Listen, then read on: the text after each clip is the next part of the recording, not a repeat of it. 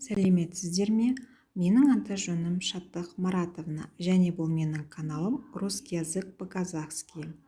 Бүгінде дательный падеж туралы айтатын боламын. Егер де менің сабағым қызықты болса, каналдан ауыспаңыздар.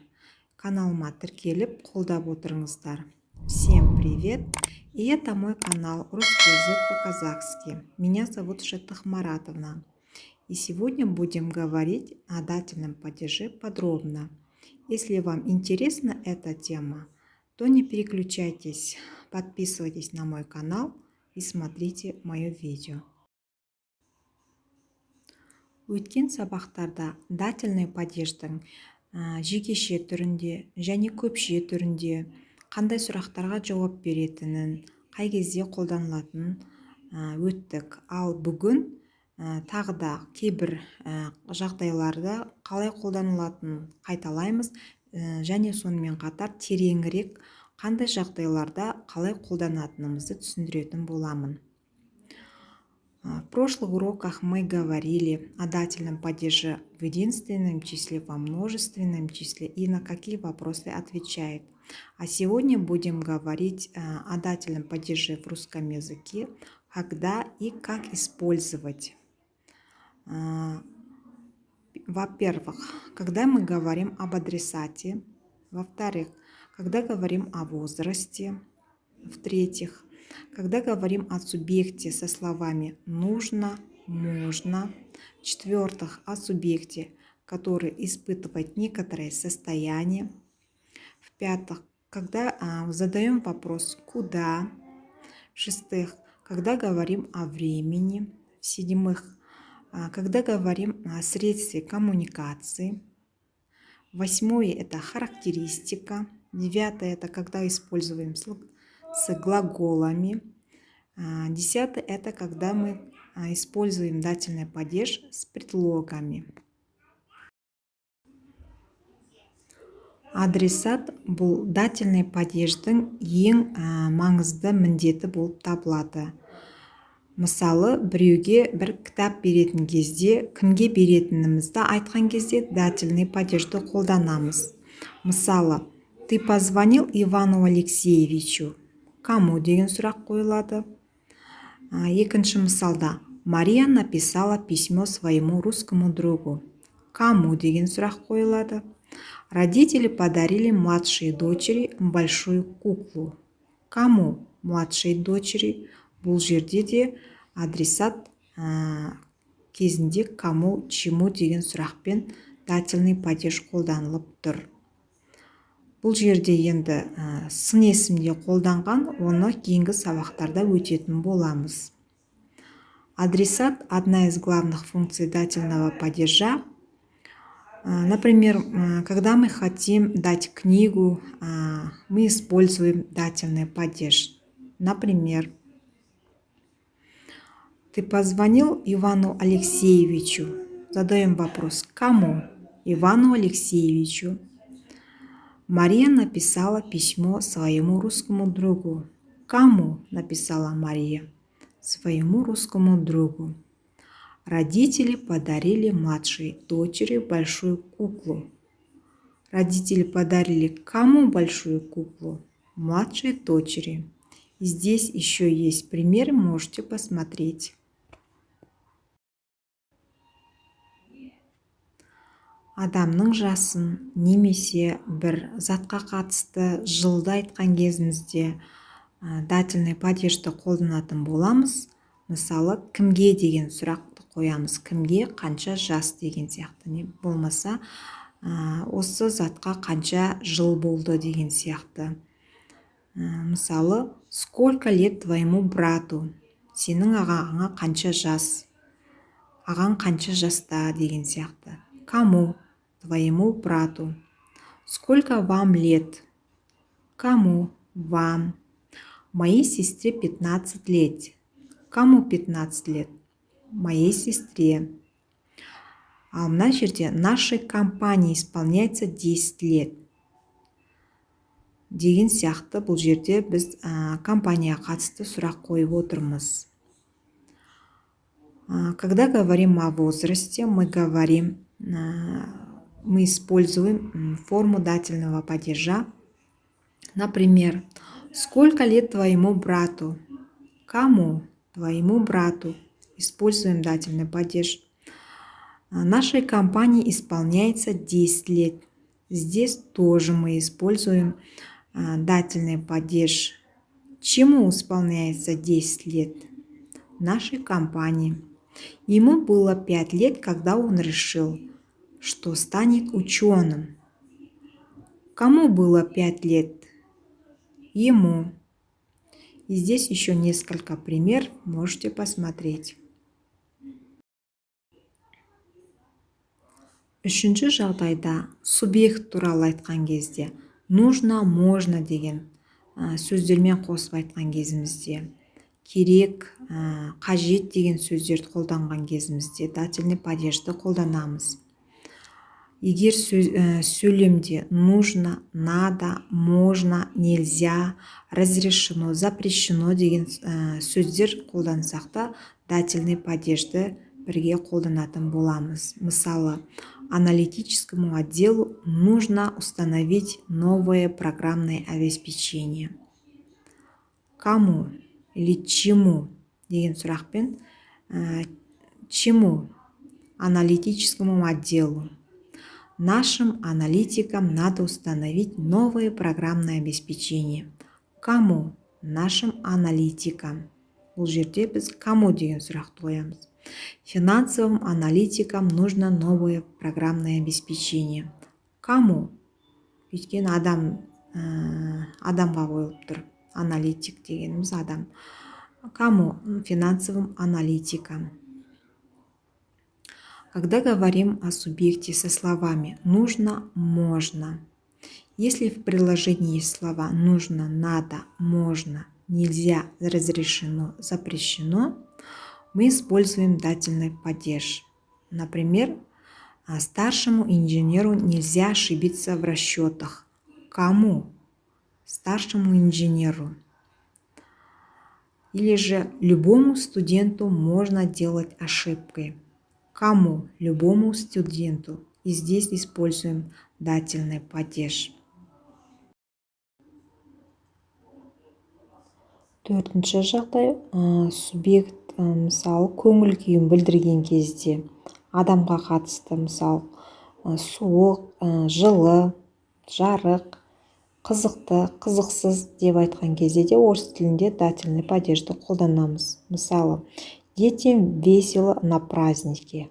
Кому? Детям. Молодым людям скучно на уроке. Кому? Молодым людям.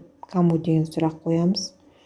Финансовому директору нравится слушать финансовые новости. Бұл жерде де кому деген сұрақ қоямыз.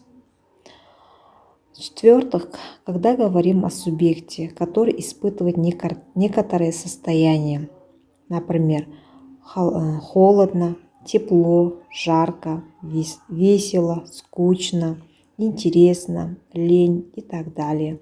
Например, талантливой студентке легко решать эти задачи. Кому? Студентке.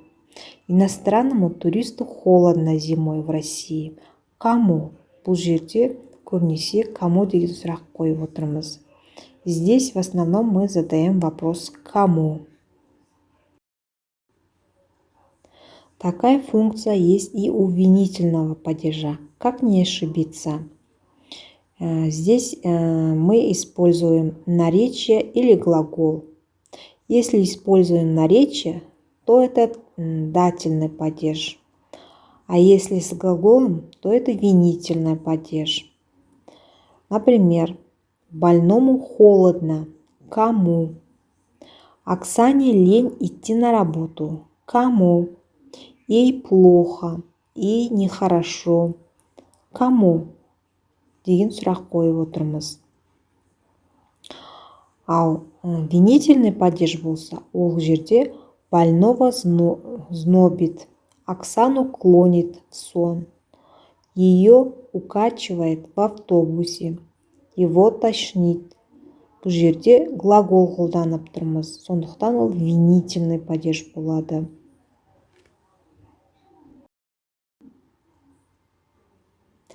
Өткен сабағымызда өткендей дательный падеж куда деген сұраққа да жауап береді. Мысалы, Иван идет куда?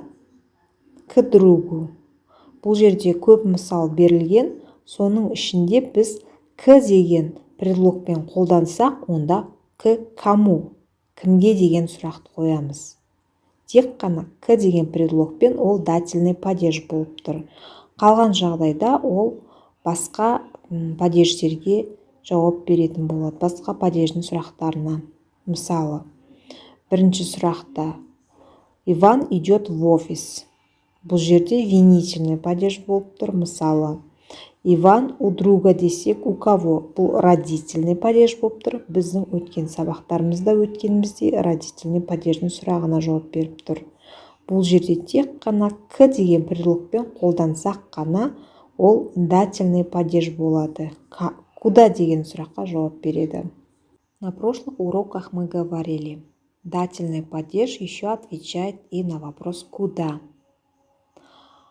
Если мы используем с предлогом «к», а если без предлога, то будет это уже винительный падеж.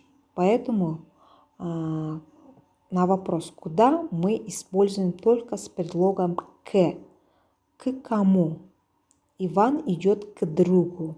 А в остальных случаях это уже будет другие падежи. Отвечать на вопросы других падежей. Например, Иван идет в офис. В плюс что? Иван идет на работу. На плюс что? Это уже винительный падеж. Иван у друга. Иван у кого? У плюс кого? Это уже родительный падеж. Поэтому помните, что дательный падеж мы используем только с предлогом «к». Келесі жағдайда уақытты айтқан кезде дательный падежді қолданамыз. По деген предлогпен, немесе па деп те айтамыз кейде. Мысалы, бір іс-әрекетті біз жиі әрдайым қолданатын болсақ, немесе бір уақытты точносын айтатын болсақ, мысалы, по пятницам Оксана занимается йогой. По пятницам. По вечерам Антон любит читать или гулять в парке. Бұл постоянно, регулярно қайталанып тұрған іс-әрекет. Екінші жағдайда с предлогом «к».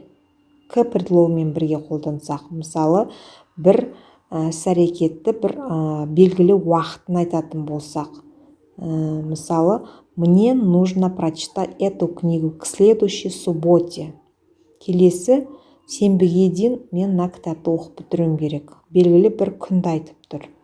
Яғни сенбіге дейін оқып бітіру керек екенін айтып тұр. Немесе Ивану нужно к декабрю накопить 1 миллион. Бұл жерде де белгілі бір уақытты айтып отыр. В следующих случаях это мы когда говорим о времени.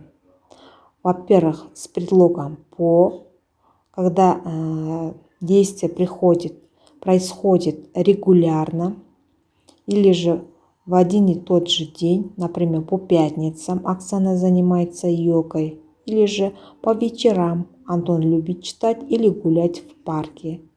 Здесь используем предлог по. Во втором случае с предлогом «к» мы используем дательный падеж, когда говорим о точной времени.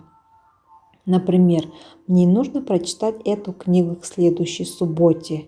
Именно к следующей субботе с предлогом «к».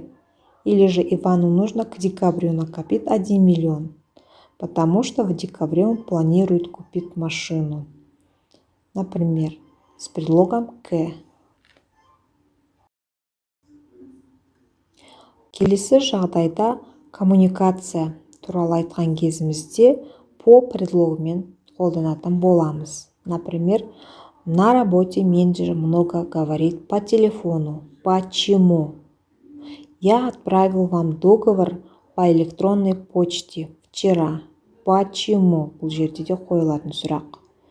Бұл енді затқа қатысты болғандықтан чему деген сұрақты қоямыз. Каждое утро Леонид слушает новости по радио. Почему? Мария Николаевна предпочитает смотреть новости по телевизору. Почему? Вчера я говорил с другом по скайпу.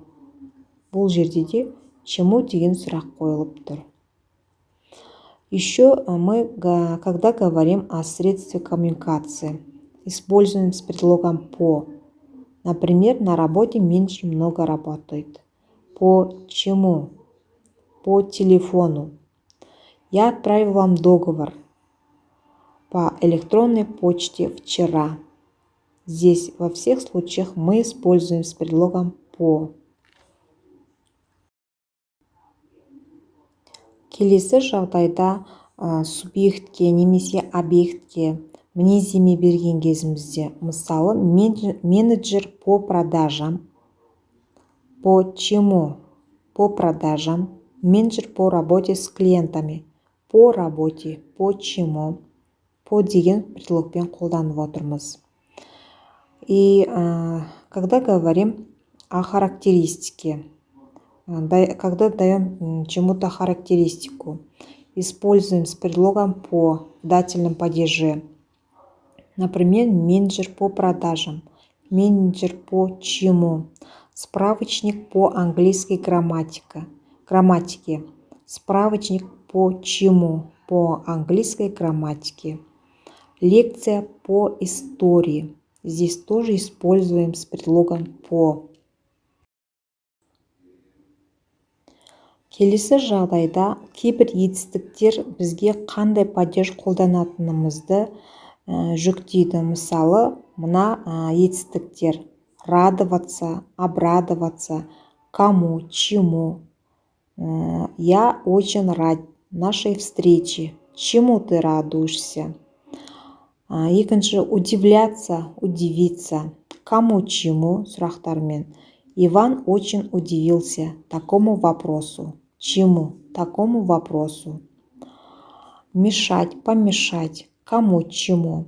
Музыка мешает Анне сосредоточиться на работе. Кому? Анне. Принадлежать.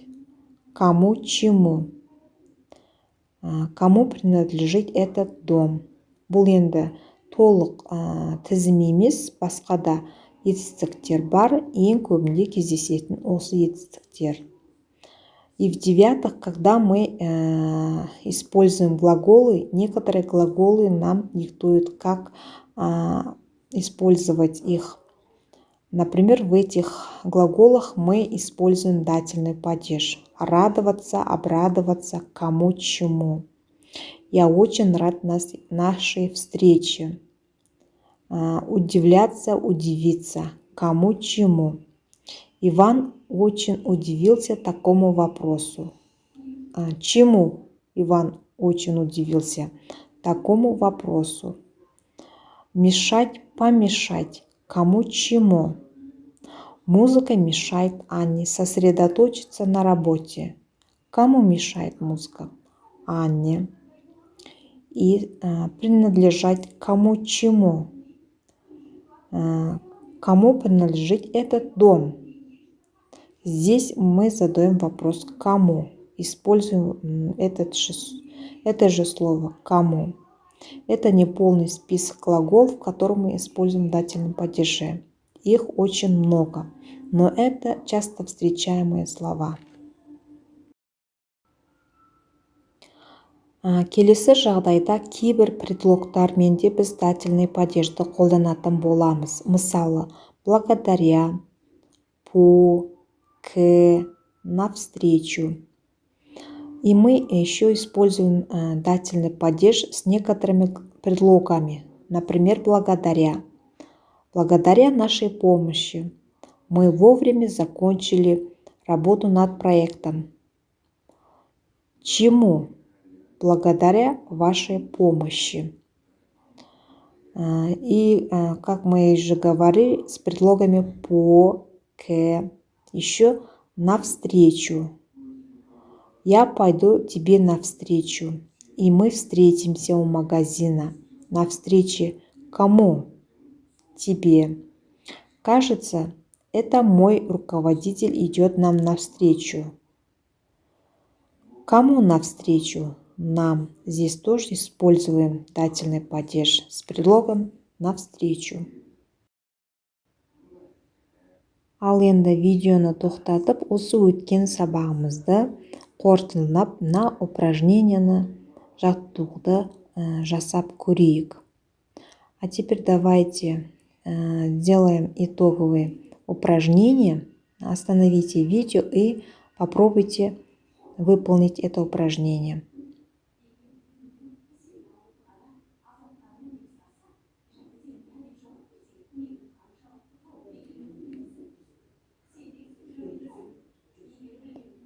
Давайте посмотрим на правильный ответ этого упражнения. Жаттығуымызды талқылап көрейік. Бірінші сөйлемде почему Виктор такой злой после разговора по телефону? Бұл жерде по телефону, почему дательный падеж болады, ал после разговора бұл дательный падежге жетпайды. Ты не знаешь, кому он звонил. Кому? Бұл жерде есімдік кому деген қойылып тұр. Бұл да дательный падежге жатады. Екінші сөйлемде Мария Андреевне надо меньше думать о проблеме. Кому? Мария Андреевне. Үшінші сөйлемде почему вы зеваете на уроке? Вам скучно? На уроке емес, бұл жерде вам. Мен бәрін қызылмен белгілеп қойдым. Дательный падеждердің қай сөздердің кездесетінін. Сондықтан мысалдарға қарап отырыңыздар. Төртінші сөйлемде нигде не могу найти мой любимый учебник по высшей математике. Бұл жерде почему по высшей математике. Бесінші сұрақта вы к кому деген сұрақпен кому есімдігі дательный падеж болып тұр. К Ольге Белове навстречу. К Ольге Белове. К кому деген сұрақты қоямыз. Только благодаря своей настойчивости Михаил сумел достичь такую амбициозную цель. Благодаря деген предлогпен благодаря чему деген сұрақ қоямыз. Жетінші сөйлемде кажется, Екатерина не рада такому подарку. Не рада чему такому подарку. Дательный падеж болады. Сегізінші сөйлемде по четвергам мы с друзьями играем в хоккей. По четвергам деген сөз дательный падеж болады. По деген предлогпен уақытты көрсетіп тұр. Тоғызыншы сөйлемде вы успеете подготовить презентацию к следующему понедельнику. К следующему понедельнику. Бұл жерде де уақытты көрсетіп тұр. 10-шы сөйлемде летом в выходные Сергею нравится гулять по городу. Кому? Сергею. Почему? По городу. Дательный падеж по деген предлогпен қолданылып тұр. Можете здесь посмотреть правильный ответ этого упражнения. В первом предложении дательный падеж по телефону используется с предлогом по. Потом, ты не знаешь, кому он звонил? Здесь кому? Местоимение вопросительное. Кому? Во втором предложении Мария Андреевне. Кому? Мария Андреевне. В третьем предложении вам скучно? Кому? Вам. В четвертом предложении нигде не могу найти мой любимый учебник по высшей математике. Почему? По высшей математике. Дательный падеж используется с предлогом по. В пятом предложении вы к кому используется с предлогом к. К Ольге Белове навстречу тоже к Ольге Белове с предлогом к. В шестом предложении дательный падеж используется с предлогом благодаря. Благодаря чему? Своей настойчивости. В седьмом предложении тоже не рада такому подарку. Не рада чему? Такому подарку. Дательный падеж. В восьмом предложении по четвергам мы с друзьями играем в хоккей. По четвергам. В дательном падеже используется с предлогом по. Это когда мы говорим о времени регулярно. В девятом предложении вы успеете подготовить презентацию к следующему понедельнику. Здесь тоже говорится о времени. К следующему понедельнику с предлогом к. И в десятом предложении летом в выходные Сергею нравится гулять по городу. Кому? Сергею. Почему? По городу. Вот и правильный ответ этого упражнения. Сабақ пайдалы болды деген ойдамын. Мені қолдап, уақыттарыңызды бөліп көргендеріңізге рахмет. Каналыма тіркелуді ұмытпаңыздар. Думаю, что урок был полезным. Не забудьте подписаться на мой канал. Спасибо за ваше внимание. До свидания, до следующих уроков.